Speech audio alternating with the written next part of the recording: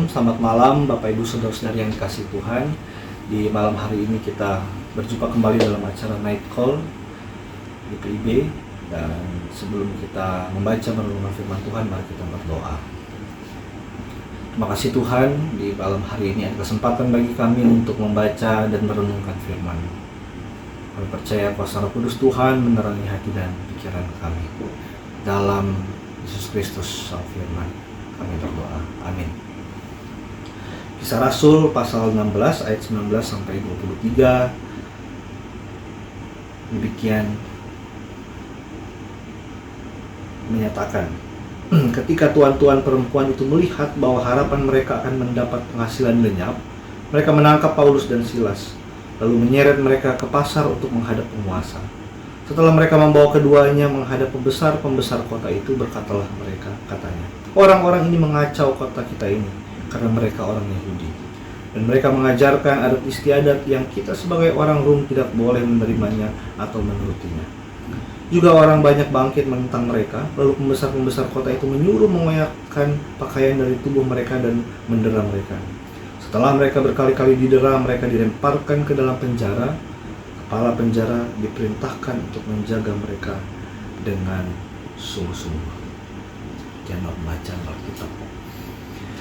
Bapak Ibu Saudara-saudari yang dikasihi Tuhan, yang berada di mana saja di malam hari ini, firman Tuhan mau mengingatkan kepada kita tentang keberadaan kita sebagai manusia yang diutus Tuhan hadir di tengah-tengah keadaan dunia yang berdosa.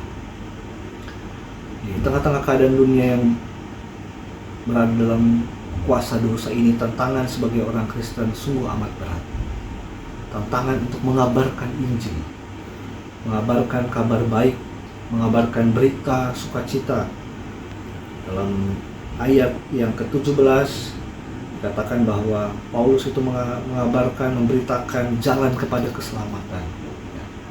Kepada kita dimintakan untuk mengabarkan berita sukacita jalan kepada keselamatan itu dengan tantangan yang amat besar. Dan salah satu tantangan yang dihadapi oleh Rasul Paulus adalah mereka berhadapan dengan adanya eksploitasi kepentingan-kepentingan. Kita lihat di sini bahwa ada tuan-tuan dari hamba perempuan yang terancam karena penghasilan mereka lenyap, dan kemudian menyeret Paulus ke penguasa pada saat itu. Ya.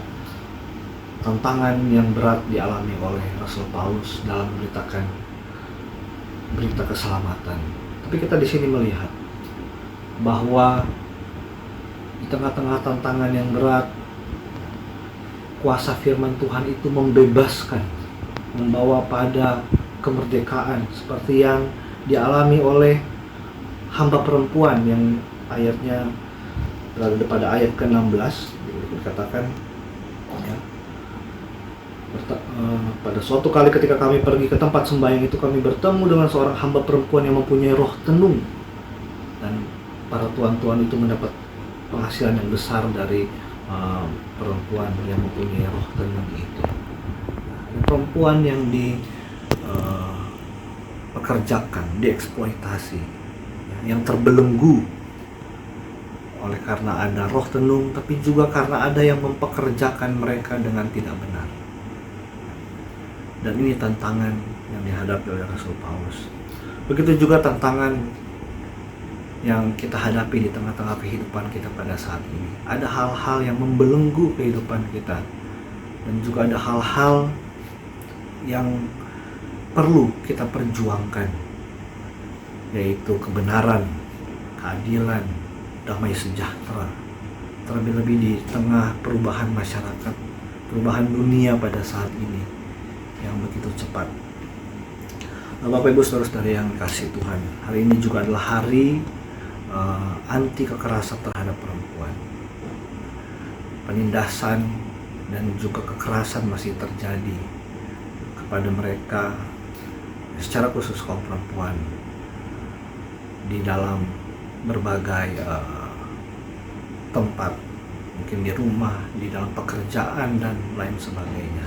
Ada panggilan bagi kita untuk mengatakan kebenaran, untuk memperjuangkan keadilan, untuk mengubah kebudayaan kita yang mungkin membuat kaum perempuan tersingkirkan, yang membuat banyak hal menjadi tidak adil di tengah-tengah kehidupan kita. Mari kita renungkan apakah hari ini kita sudah berlaku benar, kita sudah berkata benar, bertindak benar sesuai dengan firman Tuhan sebagai bentuk kesaksian kita dari hal yang terkecil.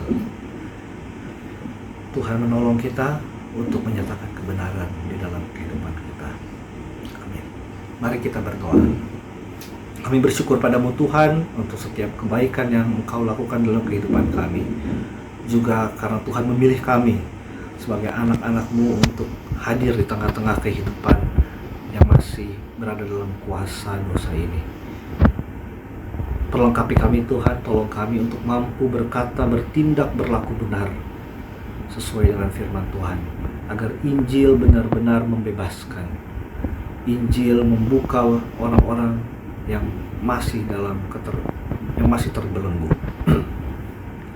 Terima kasih Tuhan, karena firman Tuhan boleh menegur dan bahkan menguatkan kami. Di malam hari ini kami berdoa bagi setiap orang yang boleh menyaksikan acara Night Call ini. Kami percaya hikmat dan berkat Tuhan menjadi bagian dari setiap orang yang menyaksikan acara ini, renungan di malam hari ini, dan bahkan memakai setiap orang untuk menjadi saluran berkat Tuhan di dalam menyatakan tanda-tanda kerajaan Allah di dunia ini. Bagi saudara-saudara kami yang dalam keadaan dengan pergumulan-pergumulan hidup, keadaan sakit, dan mengalami kesulitan di tengah pandemi ini, kami percaya Tuhan akan menolong dan memberikan kelepasan juga jawaban.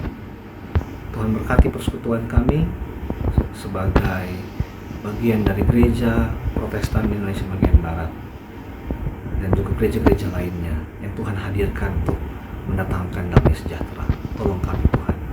Istirahat malam hari ini biarlah menjadi berkat Tuhan untuk memulihkan tubuh kami dari segala keletihan yang ada, sehingga di dalam izin Tuhan hari esok menjadi hari yang penuh dengan sukacita bagi kami untuk menjadi saksi-saksi Tuhan di tengah-tengah dunia ini. Di dalam nama Yesus, nama Tuhan Juru Selamat, kami berdoa. Amin. Demikian Bapak Ibu, saudara-saudari sekalian di mana saja acara Night Call di malam ini. Tuhan memberkati kita semua.